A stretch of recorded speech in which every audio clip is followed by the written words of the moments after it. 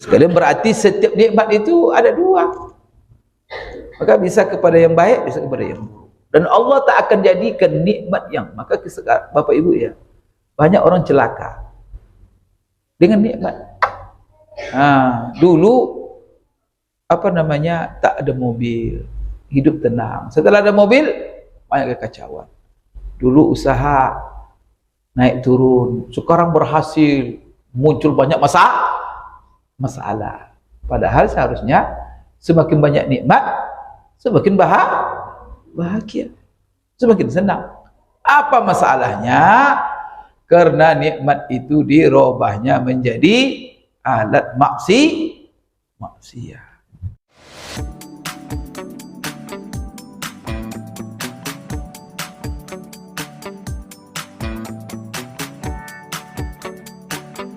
Tabi'ahum bi ihsanin ila yaumiddin, amma ba'd. Allahumma 'allimna ma yanfa'una wanfa'na bima 'allamtana innaka antal alimul hakim. Rabbana zidna 'ilma warzuqna fahma. Allahumma inna nas'aluka 'ilman nafi'a wa rizqan thayyiba wa 'amalan salihan mutaqabbala. Allahumma ja'alna mimman yastami'una al-qawla fayattabi'una ahsana. Allahumma ja'alna birahmatika fi ibadika salihin. Bapak-bapak, ibu-ibu, kaum muslimin, kaum muslimat, jemaah salat maghrib, hafizakumullah wa ra'akum. Pada setelah maghrib ini kembali kita menyambung kajian kita, membaca kitab Asy-Syama'il Al-Muhammadiyah yang disusun oleh Al-Imam At-Tirmizi, yang mana Asy-Syama'il Muhammadiyah ini beliau menghimpun hadis-hadis, asar-asar dari Rasulullah sallallahu alaihi wasallam yang berhubungan dengan kepribadian, akhlak yang mulia dan agung Rasulullah sallallahu alaihi wasallam, termasuk sifat fisiknya, kemudian sifat akhlaknya. Baik, kita kemarin membaca ataupun menjelaskan hadis yang menjelaskan aturan yang dicontohkan oleh Rasulullah sallallahu alaihi wasallam ketika kita memakai pakaian yang baru. Kenapa kita ini adalah tentang pakaian Rasulullah sallallahu alaihi wasallam.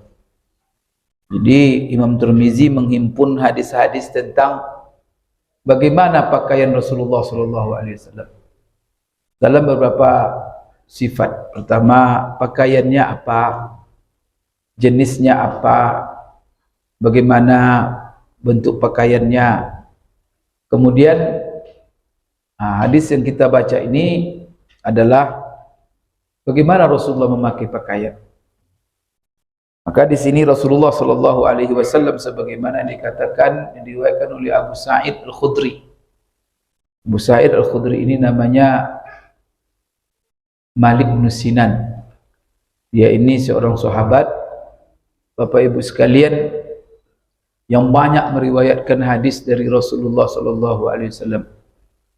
Sebagian ulama-ulama hadis menghitung hadis yang diriwayatkannya dari Rasulullah sallallahu alaihi wasallam berjumlah 1170 hadis.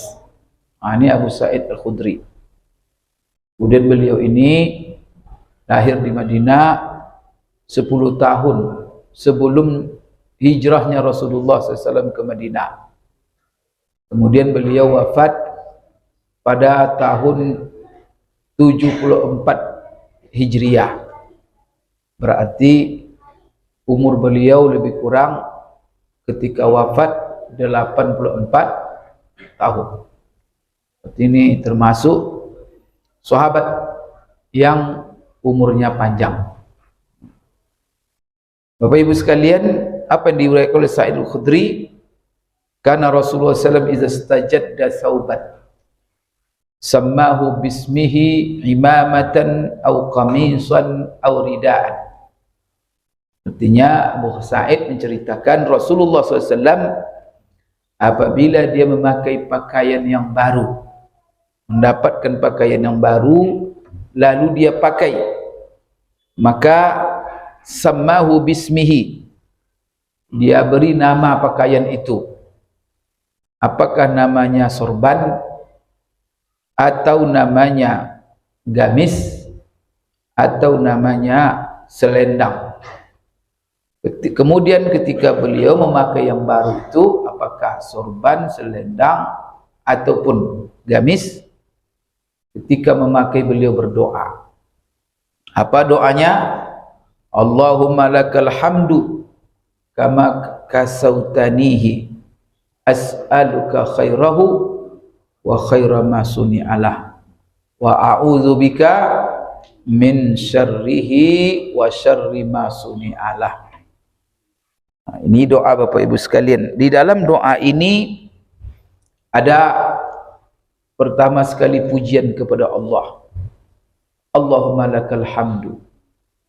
Maka kalau kita berdoa, adabnya dimulai dengan memuji Allah. Jangan langsung minta. Nah, kan ada kita Rabbana atina fid dunya hasanah. Maka dimulai alhamdulillahi rabbil alamin. Setelah kita puji Allah, maka kita bersolawat kepada Rasulullah. Wassalatu wassalamu ala asyrafil anbiya'i wal mursalin. Baru kita doa. Maka di sini Rasulullah mengajarkan doa berpakaian. Maka doa berpakaian ini dimulai dengan Allahumma lakal hamdu. Ya Allah, bagimu segala puji dan sanjungan. Jadi dipuji Allah. Jadi kenapa dia puji Allah? Dia memuji Allah Subhanahu wa ta'ala. Rasulullah ajarkan kita memuji Allah, kata ulama. Hamdu itu kita puji karena yang kita puji itu memiliki sifat-sifat yang maha sempurna. Maka sifat-sifat Allah sempurna, maha sempurna semuanya. Kemudian bukan hanya dia sempurna dalam sifat-sifatnya, kemuliaan sifat-sifatnya, tetapi dia juga pemurah dan memberikan banyak nikmat kepada kita. Bahkan seluruh nikmat yang kita pakai, yang kita gunakan, kita makan, kita minum dalam kehidupan ini, semuanya anugerah dia. Maka kita hadapkan segala puji hanya untuknya. Dan ini dibaca mau pakai pakaian baru. Berarti ini mengingatkan ketika kita pakai pakaian baru, pakaian itu kita dapatkan bukan karena kehebatan kita, bukan karena kepiawaian kita, bukan karena kesungguhan kita, tetapi lebih sebelum itu semua, kenapa kita dapat pakaian baru? Karena anugerah Allah. Banyak pun duit, Allah hilangkan bahan pakaian, kemana kita beli? Masalahnya. Saya kemarin sudah jelaskan, pakaian itu rata-rata bahannya dari dua hal, yang mana semuanya ciptaan Allah, tidak ada kita menciptakannya. Pertama, bahwa pakaian itu dari unsur nabati, yaitu tanaman, kapas, ya, katun itu kan tanaman, kulit kayu, macam-macam. Itu kan dari unsur nabati. Siapa yang menciptakan nabati itu? Allah. Yang kedua, pakaian dipakai manusia, mereka ambil dari unsur hewani. Nah, seperti kulit-kulit. Nah, kenapa menggaya kita kadang-kadang dengan kulit biawak, ya kan? Ikat pinggang bangga pula itu. Padahal yang dipakai kulit buaya, kulit biawak. Itulah kita manusia ini. Jadi polis-polis saja itu. Kalau tidak adalah hewan-hewan itu, di mana kita akan mendapat pakaian? Tidak ada. Jadi walaupun kita yang merakit-rakit, tapi kita merakit-rakit pakaian itu kenapa? Karena kita diberi nikmat akal oleh Allah. Ya kan? Afala yatadabbarun. Artinya afala tatafakkarun, afala ta'qilun. Maka diberikan akal oleh Allah. Akal itu siapa yang ngasih? Allah. Kemudian kedua, fungsi akal. Nah, yang bisa menganalisa, bisa membanding-banding, bisa merakit-rakit. Oh, dia rakit jadi ini. Begini-gini jadi pakaian. Bisa unsur-unsur hewan itu bisa buat pakaian seperti kita manusia? Ada? Kan ada. Monyet itu bapak didik pun dia 1000 tahun untuk jahit pakaian bisa dia. Bisa dia. Akal, maka dia bukan masalah tenaga, masalah tangan sama ada. Tenaga mungkin mereka lebih kuat. Tapi manusia kenapa bisa menundukkan dalam semesta ini? Masya Allah. Kumpul-kumpul ini kadang dijadikan nuklir, kadang dijadikan alhamdulillah. Akal ini dahsyat. Itu siapa yang ngasih itu? Allah. Banyak orang punya kepala, tapi akal tak jalan. Ada orang Allah berikan kepala, akalnya cerdas luar biasa. Siapa yang membagi-bagi itu? Allah semua. Maka Allahumma lakal hamdu. Ya Allah, bagimu segala puji. Artinya pakaian baru yang kupakai ini semuanya adalah pemberianmu. Oleh karena itu aku hadapkan segala puji hanya untukmu. Maka Allah senang kita mendapat nikmat, kita puji dia. Dan Allah Subhanahu wa taala dan Rasulullah mengajarkan kita bagaimana memuji Allah dalam nikmat-nikmat yang diberikannya kepada kita. Kalau sempat Allah tak ajarkan kita memuji dia, Bapak Ibu, pusing kita mengurai kata untuk memuji-muji Allah. Kadang kalau pejabat datang ke kita masjid ini ya, banyak sumbangan-sumbangannya. Dikarang berapa lembar untuk mujimu, buat pantun segala lah untuk dia kan, pusing kita. Itu kadang sumbangan cuma. Bagaimana kalau Allah memberikan segalanya? Diserahkannya kepada kita untuk menguntai kata memujinya. Bingung kita. Tapi Masya Allah, Allah ajarkan pula kita. Dia kasih nikmat semuanya, kemudian diajarkan pula kita bagaimana memujinya. Cukup dengan menyebut Alhamdulillah. Masya Allah. Kalimat singkat, padat, gampang diucapkan, mudah dihafal. Maka di sini senada itu Alhamdulillah, karena di sini Allahumma lakal hamdu, maknanya sama. Kama kasautanihi. Maka kasautani ini, kenapa Rasulullah memuji Allah dan mengatakan segala puji untukmu? Ini memuji Allah dalam nikmat tertentu. Maka kita setiap mendapat nikmat tertentu apa saja, maka puji Allah dengan dan sebut nikmat itu. Ya Allah, Engkau telah berikan saya bonus banyak. Ya Allah, kebunku sudah Allahumma lakal hamd. Gitu. Ya Allah, usahaku berhasil sukses. Allahumma lakal hamd. Untuk proyek jalan tidak ada hujan. Coba hujan terus, proyek tak jalan rugi kan, terbengkalai. Tapi subhanallah, cuaca bagus, apa semua, proyek untung. Allahumma lakal hamd. Itu ya, dapat anak-anak yang sehat. Allahumma lakal hamd. Puji Allah. Jadi kalau kita puji Allah, memuji Allah itu dalam bentuk, itu salah satu bentuk mensyukuri. Maka Allah berjanji kalau kita syukur itu termasuk puji-puji dia. Maka salah satu konsekuensi syukur itu puji-puji Allah. Maka memuji Allah, la in syakartum la azidannakum wa la in kafartum inna azabi lasyadid. Kalau kita puji-puji, syukur, Allah tambahkan minimal keberkahannya. Kemudian di sini kama kasautani, engkau telah berikan pakaian ini kepadaku. Maka disebut Rasulullah, Allahumma lakal hamdu kama kasautani hadhil imama, kama kasautani hadzal qamis, kama kasautani hadzal rida. Ya Allah, bagimu segala puji, engkaulah yang telah memberikan pakaian sorban ini kepadaku. Disebut namanya. Atau pakaian baju ini kepadaku, atau pakaian selendang ini kepadaku. Itu dimaksud hadis itu, jadi disebut nama pakaiannya. Ya Allah, as'alullah. Setelah itu kita akui itu engkau yang telah memberikan kasautani itu, yang telah memberikan pakaian, sebut namanya, atau yang memakaikan pakaian ini kepadaku, engkau lah ya Allah. Maka kasauta itu, kasau itu maknanya memakaikan, engkau, maka dimaksud dengan engkau itu siapa? Allah. Engkau lah yang telah memakaikan pakaian ini. Ni itu artinya saya, aku. Kemudian disebut hazihil imamah dan segala macam pakaian itu.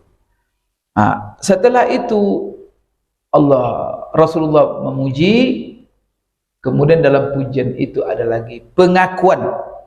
Itu pengakuan. Maka itu sebabnya syukur itu salah satu rukunnya diakui bahwa itu adalah pemberian Allah. Jangan nanti dinisbatkan kepada diri kita, karena hebatnya kita, karena cerdasnya kita.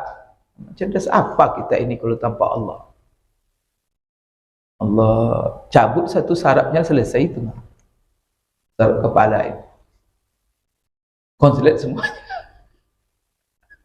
La ilaha illallah. Bapak Ibu sekalian, maka itulah kita akui. Jadi jangan disebutkan kepada, ini menunjukkan bahwa kalau ada kita mendapat nikmat, jangan nisbatkan kepada kita, tapi nisbatkan kepada sang pemberi nikmat, yaitu Allah. Maka kasautanihi. Jadi nikmat itu semua, maka di dalam surat Al-Fatihah kan juga begitu. Ihdinas siratal mustaqim siratal ladzina an'amta. An'amta artinya engkau yang telah beri nikmat. Maka siapa yang diberi nikmat itu? Syuhada, minas siddiqin wa syuhada was-salihin, anbiya, rusul. Semuanya mereka itu siapa yang ngasih? Mereka itu orang mendapat nikmat. Yang ngasih nikmat siapa? Allah. An'amta, engkau yang telah memberi nikmat kepada mereka. Maka sebagaimana engkau berikan nikmat kepada mereka, beri juga nikmat kepada kami. Kemudian berikan kepada kami taufik, kekuatan untuk mengikuti jalan orang-orang yang telah engkau beri nikmat itu. Jadi di sini baru kita berdoa setelah diakui. Minta setelah itu. Ini adab namanya. Karena di dunia ini banyak orang yang meminta tidak beradab. Sudah minta tak pakai adab lagi, maksa-maksa lagi. Sudah minta ngancam-ngancam lagi. Astagfirullah. Ini kan adab itu. Maka kita harus merendah di hadapan Allah. Dan itu adab. Maka kalau kita minta sesuatu kepada orang juga gitu, merendah. Maka kalau ada orang kita minta sama dia tuh kasar-kasarin pula dikasih, kita sendirilah itu. Maka bukan kita kasih, kita bilang dia kurang ajar kamu gitu. Tidak punya adab. Masya Allah. Jadi agama ini adab. Bagaimana ini adab dengan Allah? Masya Allah. Jadi setelah kita puji, kita akui bahwa nikmat itu pemberian dia, baru kita memohon. Mohon lagi kita. Sudah dia yang ngasih pakaian itu, dia telah mengurniakan pakaian itu untuk kita, minta lagi kita, tidak ada masalah. Kenapa? Karena Allah Maha Pemurah, rahmatnya sangat luas. Apa yang kita minta lagi? Ya Allah, aku memohon kepadamu kebaikan pakaian ini, khairahu. Jadi wa khaira ma suni'alah, dan seluruh kebaikan yang dibuatkan untuk pakaian ini, yang diperuntukkan untuk pakaian ini. Berarti Bapak Ibu, di sini pakaian itu, ini dalam hadis ini, kenapa Rasulullah mengajarkan doa seperti ini? Pertama, Rasulullah mengajarkan, ya Allah, aku mohon kepadamu kebaikan pakaian ini, kemudian seluruh kebaikan yang dibuatkan untuk pakaian ini, dan aku berlindung kepadamu dari keburukan pakaian ini dan seluruh keburukan yang dibuat untuk pakaian ini. Berarti Bapak Ibu, seluruh yang kita terima dari Allah itu bisa menjadi dua sisi. Bisa sisi baik, bisa sisi buruk. Semua nikmat. Semua nikmat Allah berikan bisa diarahkan kepada yang baik, bisa arah. Mata umpamanya bisa kepada yang buruk enggak? Gawat mata itu, bahaya itu. Salah-salah pakai hancur kehidupan. Kadang-kadang hancur rumah tangga dibuatnya gara-gara mata. Cobalah ditutup matanya, tidak ada itu masalah itu. La ilaha illallah. Kenapa? Salah guna. Maka kita mohon kepada Allah, setelah kita akui Allah ngasih, kita minta pula kepada Allah supaya apa? Jangan sampai kita gunakan kepada yang buruk-buruk. Jangan supaya apa, nikmat yang Allah berikan itu berakibat buruk untuk kehidupan kita, mengundang keburukan nikmat itu. Tapi biasanya nikmat itu Bapak Ibu baru mengundang keburukan ya kalau kita robah nikmat itu. Maka di dalam ayat, innallaha la yughayyiru ma biqaumin hatta yughayyiru ma bi anfusihim. Sesungguhnya Allah tidak akan merubah nikmat yang diberikannya kepada seorang hamba menjadi azab kecuali hamba itu sendiri apabila dia jadikan nikmat itu sebagai alat maksiat. Pakai pakaian rupanya untuk ke karaoke, itu marah Allah SWT. Pakaian bagus-bagus itu bukan untuk ke karaoke, bukan untuk maksiat. Tetapi apa? Pakaian bagus-bagus itu untuk kita bawa menyembah Allah. Maka di dalam Al-Quran Allah katakan, ya bani Adam khudhu zinatakum inda kulli masjid. Ke masjid pakaian yang bagus itu. Hei anak Adam, manusia. Itu Allah ceritakan. Pakaian itu perhiasan kamu, dan pakaian itu Allah yang ngasih. Tapi ingat, bawalah, pakailah pakaian-pakaian yang indah itu setiap kamu mau ke masjid. Jangan terbalik ya. Ini Bapak Ibu sekalian, berarti setiap nikmat itu ada dua. Maka bisa kepada yang baik, bisa kepada yang buruk. Dan Allah tak akan jadikan nikmat yang, maka Bapak Ibu ya, banyak orang celaka dengan nikmat. Dulu apa namanya, tak ada mobil, hidup tenang. Setelah ada mobil, banyak kekacauan. Dulu usaha naik turun, sekarang berhasil, muncul banyak masalah. Padahal seharusnya semakin banyak nikmat, semakin bahagia, semakin senang. Apa masalahnya? Karena nikmat itu dirobahnya menjadi alat maksiat. Di Bapak Ibu, mari ya, saya mengingat diri saya. Bapak Ibu jangan gunakan tangan ini, jangan digunakan maksiat, marah Allah nanti. Ini tangan ini, nikmat ini. Jadi kalau kita gunakan maksiat, Allah jadikan malapetaka tangan ini untuk kita. Hancur kita oleh tangan kita. Allah balik kan. Begitu juga Bapak Ibu sekalian kaki. Kaki itu kalau kita salah gunakan, Allah jadikan. Itu pula jabatan. Kalau kita salah gunakan, celaka kita dengan jabatan itu. Seharusnya dengan jabatan dia menjadi orang terhormat. Berapa banyak orang setelah menjabat menjadi orang yang hina. Hinanya apa? Masuk penjara, kemudian dicaci maki orang, kemudian keluar penjara, tak dihargai orang lagi. Seharusnya dia dengan jabatan tadi terhormat, tapi nikmat itu disalahgunakannya. Ya, jadi Bapak Ibu jangan salah gunakan nikmat ya, hati-hati. Innallaha la yughayyiru ma biqaumin hatta yughayyiru ma bi anfusihim. Atau masalah nikmat itu janji Allah itu. Tapi kalau kita jadikan dia sarana maksiat, hancur nanti. Itulah kita lihat berapa banyak pemandangan-pemandangan yang indah yang seharusnya kita tangkap di situ pelajaran-pelajaran untuk merenungkan kekuasaan Allah. Kita lihat di padang indahnya pantai, bukit tinggi, indahnya gunung-gunung, bukit, tempat-tempat wisata. Tapi di situ apa? Diisi tempat pacaran. Itu marah Allah nanti. Mau Allah jadikan itu nanti tempat azab. Dia azab oleh Allah. Baru minta ampun manusia itu. Maka kita jangan sampai, Bapak Ibu ya. Ini pakaian, contoh pakaian ini. Maka pakaian itu begitu semuanya. Pakaian saja apa? Ada kebaikan. Jangan pakaian. Apa kebaikan pakaian? Pakaian itu banyak kebaikannya. Ada yang kita minta kebaikan itu. Maka dengan pakaian tertutup aurat kita. Dengan pakaian terjaga nama baik kita. Karena kalau kita ini tidak tutup aurat kita dengan pakaian, orang cerita aib kita.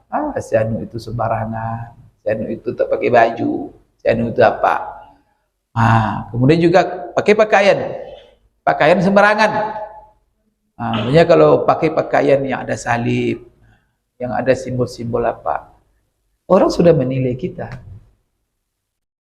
Coba kalau ada orang yang pakai pakaian sini yang sholat, dia suruh pakai salib, kira-kira Bapak nilainya apa? Pakaian itu identitas. Masya Allah. Maka banyak orang kalau dia orang jelek, supaya orang menganggap dia baik, pakai apa dia? Pakai pakaian. Coba dia tak beriman, tampil kayak kiai, pakai sorban, pakai sekarang pegang tasbih pula. Astagfirullahaladzim. Nipu. Pakaian. Coba berjalan ke pesan.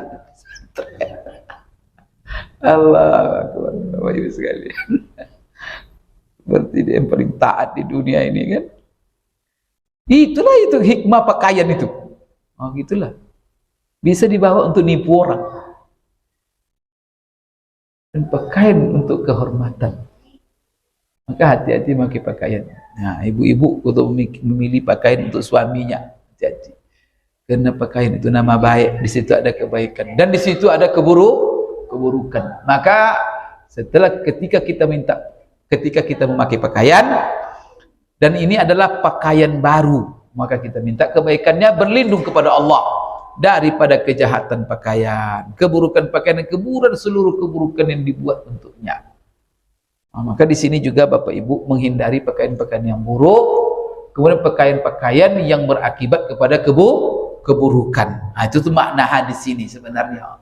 Jangan digunakan pakaian itu untuk keburukan. Tetapi apa? Pakai pakaian yang baik supaya mengundang kebaikan untuk kita, kemudian mendatangkan banyak barakah dan kebaikan dalam pakaian itu. Ini Bapak Ibu, doa ini doa memakai pakaian baru. Kalau doanya Pak Ustadz, kalau pakaian biasa kita pakai, tidak kain baru, ini juga doanya. Maka di sini Bapak Ibu sekalian, kalau pakaian itu pakaian biasa, itu ada lagi doanya. Ini menunjukkan bahwa setiap sikap gerak kita dalam kehidupan ini, maka ada zikirnya, ada doanya. Maka orang beriman itu ya, setiap langkahnya, situ ada dia berzikir, situ dia berdoa. Berarti apa? Dia selalu terikat dengan Allah dalam seluruh amalan dan perbuatan geraknya. Maka di sini, kalau pakai pakaian baru itu doanya, Allahumma lakal hamdu kama kasautani as'aluka khairahu wa khaira ma suni'alah wa a'udzubika min syarrihi wa syarri ma suni'alah. Tapi kalau seandainya pakaian itu pakaian biasa yang kita pakai terus, jadi ada 3 zikir, 4. Pertama, pakai pakaian baru, pendoanya. Kedua, setiap pakai pakaian biasa, artinya sudah tidak baru lagi. Itu kan. Yang ketiga, doa menanggalkan pakaian. Itu ada juga doanya. Keempat, doa ketika kita melihat orang berpakaian. Apa enggak doa yang 4 ini? Apalagi kita pakaian itu susah. Ada 4 tuh. Doa pakai pakaian baru, doa pakai pakaian biasa, doa menanggalkan pakaian. Yang keempat tadi apa? Yang keempat, doa kita untuk orang yang pakai pakaian. Masya Allah, sampai orang kalau kita lihat, kita takjub lihat pakaiannya. Doakan dia supaya hilang iri, hilang dengki, hilang. Begitu Bapak Ibu ya. Sekarang apa doa kalau pakai pakaian biasa? Yang kita ulang-ulang yang kita ulang-ulang Bapak Ibu memakainya. Dia bukan pakaian baru. Kalau tadi itu doa untuk pakai pakaian baru. Kalau pakaian biasa, sebagaimana diriwayatkan oleh seorang sahabat namanya Mu'az bin Anas. Dalam hadis Mu'az bin Anas, dan hadis ini hadis yang disahihkan juga oleh ulama dan terdapat dalam Sunan Abi Daud.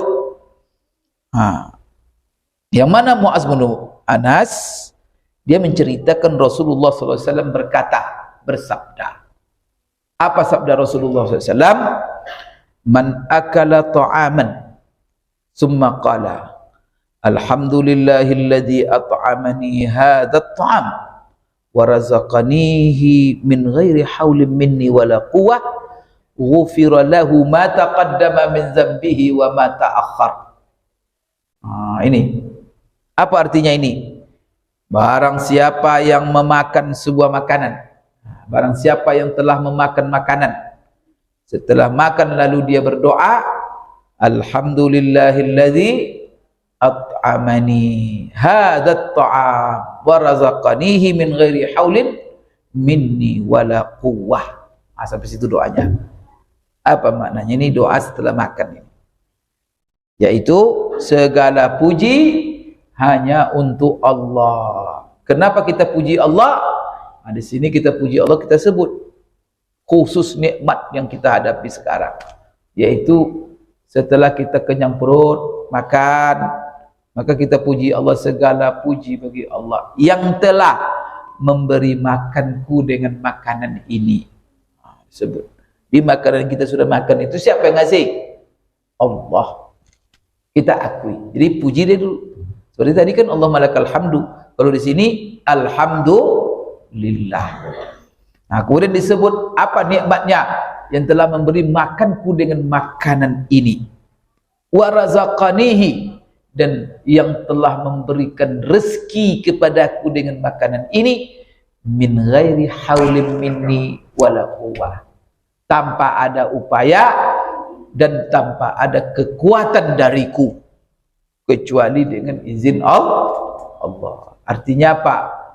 Kita dapat makanan itu bukan kena jagoknya kita, bukan kena hebatnya kita. Itulah min ghairi haulim minni wala quwwah. Maka salah satu kalimat yang disukai oleh Allah kita mengucapkannya, yaitu kalimat yang mengakui kelemahan kita.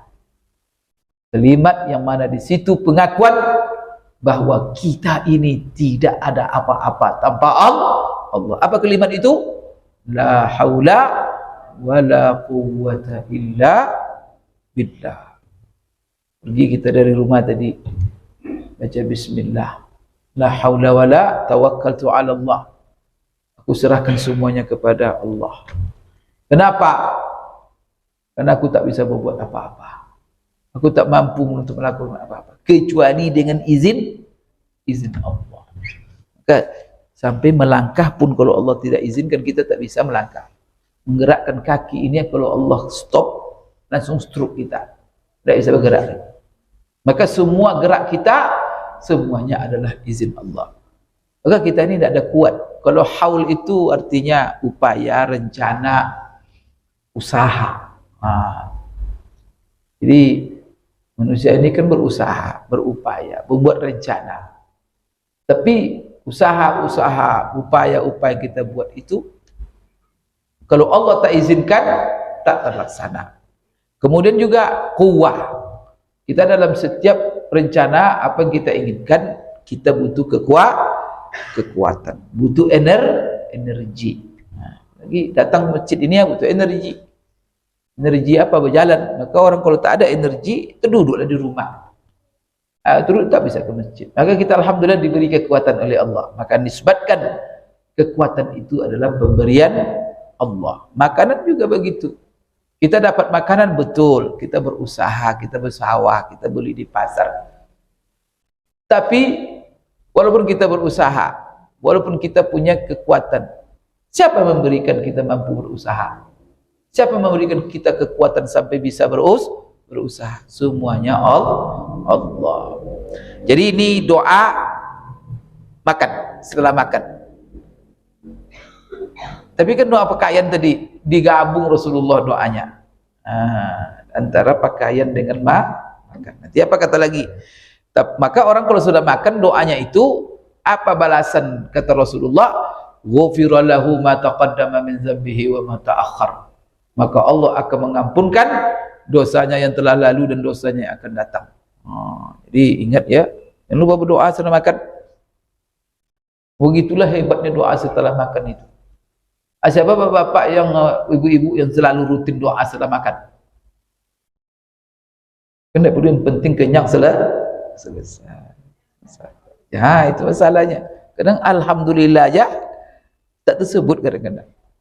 Cuma cerita enaknya saja. Allahu Akbar. Lupa kita siapa yang ngasih itu, siapa membuat makanan itu, dan siapa yang membuat di sini rasa. La ilaha illallah.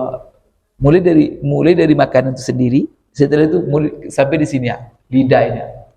Lidah itu bisa membedakan rasa enak dengan tidak enak. Karena ada lidah yang Allah cabut dari lidah itu rasa. Maka apapun kita kasih sama dia, ada enggak? Ada orang kena penyakit Allah cabut rasa di lidah. Termasuklah yang Allah cabut orang yang kena corona. Kena corona, tak ada lagi. Tak bisa merasa makanan lagi. La ilaha illallah. Ibu. Mungkin saya pernah ceritakan di sini, ada orang meninggal dunia. Tadi kasih tahu. 3 bulan cuma Allah cabut rasa dari lidahnya. Apapun dia makan sama. Dia menderita, dia hidup. Rupanya kehidupan ini dengan kita banyak rasa itu. Di situ kita, masya Allah, sehat badan kita. Maka di sini Bapak Ibu sekalian, sudah berdoa, sudah nikmat Allah berikan. Kalau kita syukuri, kemudian Bapak Ibu, Allah ampunkan pula dosa. Jadi makan itu ibadah. Hebatnya orang beriman. Makan itu bukan hanya sekedar ngisi perut, bukan hanya untuk kenyang. Pakaian bukan hanya sekedar menutup aurat, untuk ganteng-gantengan, cantik-cantikan. Di situ ada ibadah. Ibadah yang tertinggi apa? Syukur. Kita ini Allah ciptakan ke dunia ini, Allah berikan seluruh nikmatnya. Allah ingin melihat siapa kita yang bersyukur. Maka apa kata Allah dalam Quran?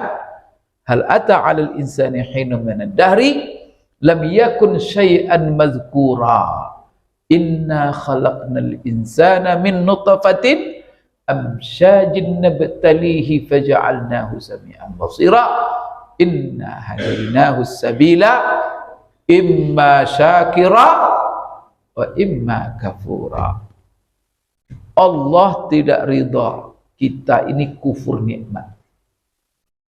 Maka Allah katakan, ancam kita kalau kita kufur, tak pernah makan tapi tak sebut Allah. Mulai makan tak baca bismillah, selesai makan tak baca alhamdulillah. Itu minimal alhamdulillah itu. Tapi kalau bisa alhamdulillahilladzi at'amani, bilang hadza at'am wa razaqani min ghairi haulin minni wala quwwah. Itu bagus itu. Maka diampunkan dosa kita nanti oleh Allah Subhanahu wa taala.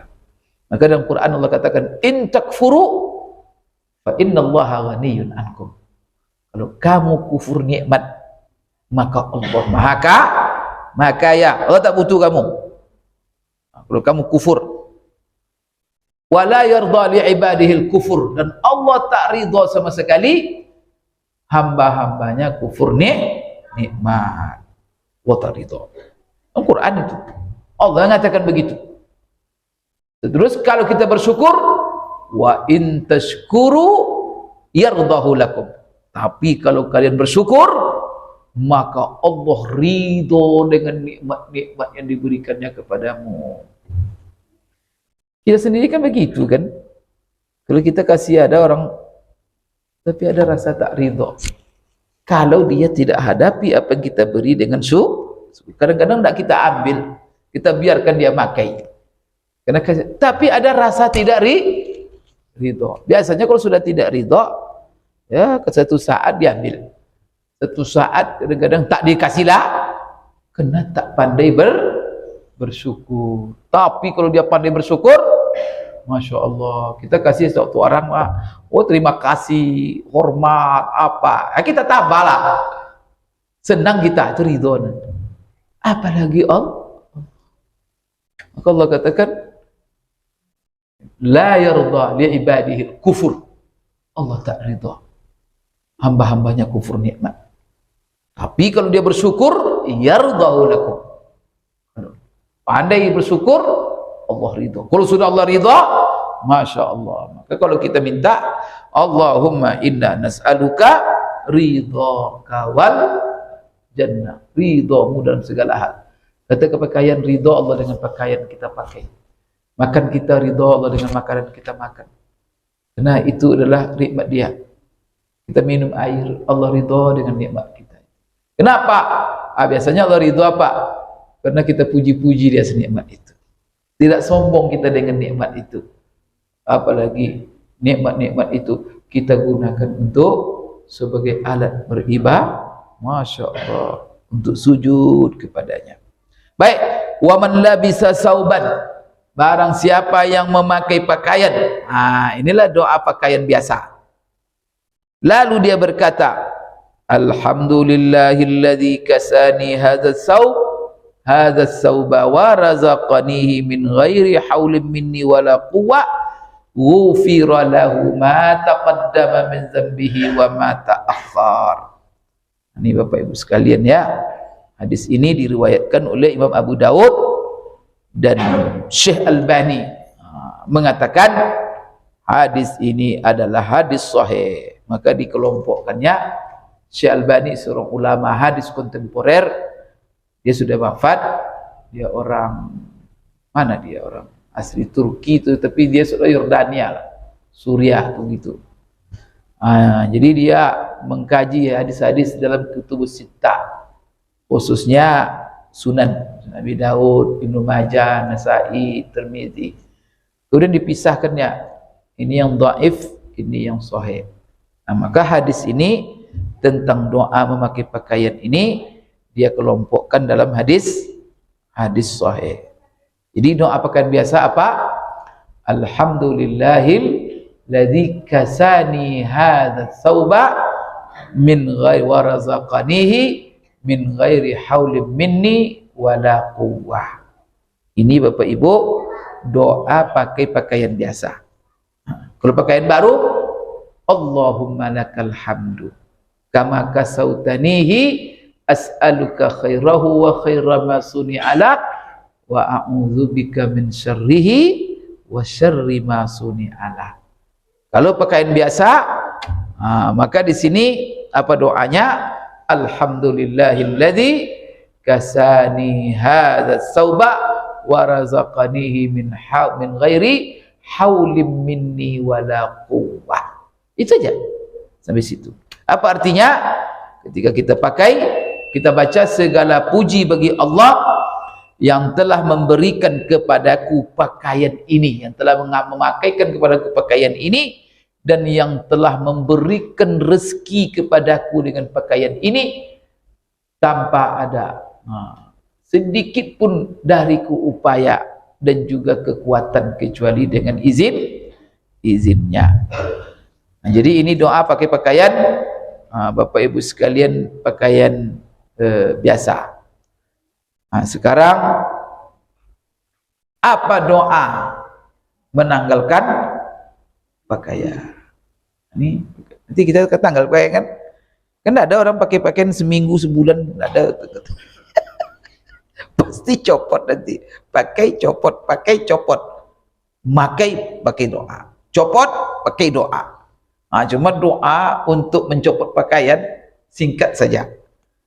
Di dalam hadis Bapak Ibu sekalian yang diriwayatkan oleh Anas Ibnu Malik, jadi doa yang mana doa ini memang sebenarnya ya di mana-mana kita baca sebenarnya. Jadi doa mencabut pakaian secara khusus. Apa kata Rasulullah dalam hadis yang diriwayatkan oleh Anas bin Malik, sitru ma baina a'yunil jinni wa amrati bani adam idza wada'u siyabahum an yaqulu bismillah. Jadi penutup antara mata-mata jin itu kalau kita buka pakaian dilihatnya aurat kita. Bagaimana supaya kita tutup matanya tidak bisa lihat? Ada zikirnya. Itu. Rasulullah mengatakan itu. Jadi penutup antara mata jin dan aurat manusia, aurat Bani Adam, yaitu apabila mereka menanggalkan pakaian mereka, ketika itu mereka membaca Bismillah. Ada kita praktekkan itu setiap tanggal pakaian pakai baca Bismillah. Itu salah. Kesurupan nanti. Nampak oleh dia di mana dia masuk. Tapi kalau kita baca Bismillah, dah nampak aurat itu. Rasulullah bilang tuh. Di penutupnya itu adalah baca Bismillah. Jadi ini. Kemudian ini Bapak Ibu sekalian doanya. Jadi kan sederhana kalau Bismillah. Di Bismillah aja Ustaz atau sambung sampai Bismillahirrahmanirrahim. Ya sambung sampai Bismillahirrahmanirrahim. Tidak ada masalah. Baik, azan nanti kita sambung. Yaitu doa melihat orang berpakaian. Apa pula doanya? Tapi ini dikaji untuk dicontoh ya, untuk diamalkan. Ya silakan. Baik Bapak Ibu sekalian, ini kan sudah tahu kita ya, doa pakai pakaian biasa. Itu juga hadis-hadisnya hadis sahih. Jadi alhamdulillahilladzi kasani hadzal thawba wa razaqanihi min ghairi haulim minni wala quwwah. Kalau menanggalkan pakaian apa? Bismillah. Kalau kita melihat orang berpakaian, jadi ada sebuah hadis yang terdapat dalam Sahih Bukhari. Hadis ini Bapak Ibu sekalian, ya, diriwayatkan oleh Abu Nadrah juga dari hadis Ummi Khalid binti Khalid bin Sa'id bin Al-As. Dia berkata, Rasulullah sallallahu alaihi wasallam pernah dibawakan kepada dia suatu pakaian. Di pakaian itu menarik, tapi pakaian untuk ibu-ibu. Lalu Rasulullah tanya, siapakah yang kalian lihat yang paling berhak untuk kita berikan pakaian ini kepadanya? Jadi Rasulullah dapat hadiah dari orang, tapi pakaian ibu-ibu. Kalau Rasulullah tanya, ini bagus pakaian ini dikasih sama siapa? Lalu semua orang diam. Mungkin segan pula menunjukkan siapa yang paling pantas untuk mendapatkan pakaian itu. Ketika orang diam, tidak ada mengusul, Rasulullah SAW langsung bilang, "I'tuni bi Ummi Khalid." Jadi ini yang meriwayatkan hadis ini sendiri. Bawakan ke sini Ummu Khalid. InsyaAllah nanti kita cerita ke siapa Ummu Khalid ini. Kok Rasulullah spesialkan dia memberikan hadiah pakaian. Bawa ke sini. Rasulullah SAW langsung diapakan, diberikan kepada dia. Kemudian Ummu Khalid memakai pakaian itu. Ketika Rasulullah melihat pakaian itu dipakainya, maka Rasulullah SAW mengatakan, abli wa akhliqi. Jadi itulah doa kalau kita melihat orang berpakaian. Jadi kalau dalam itu kan untuk perempuan itu, abli wa akhliqi. Tapi di dalam hadis yang lain yang diriwayatkan oleh Imam Abu Daud, Abu Nadrah mengatakan, fakana ashabun Nabi sallallahu alaihi wasallam idza labisa ahaduhum saban jadidan qila lahu tubli wa yukhlifullah. Dia apabila sahabat dulu kebiasaan mereka, kata Abu Nadrah, kalau mereka melihat temannya pakai pakaian baru, dia bukan, oh, bagus pakaian kamu, bukan gitu, cantik pakaian kamu ini. Tapi apa doanya? Tubli wa yukhlifullah.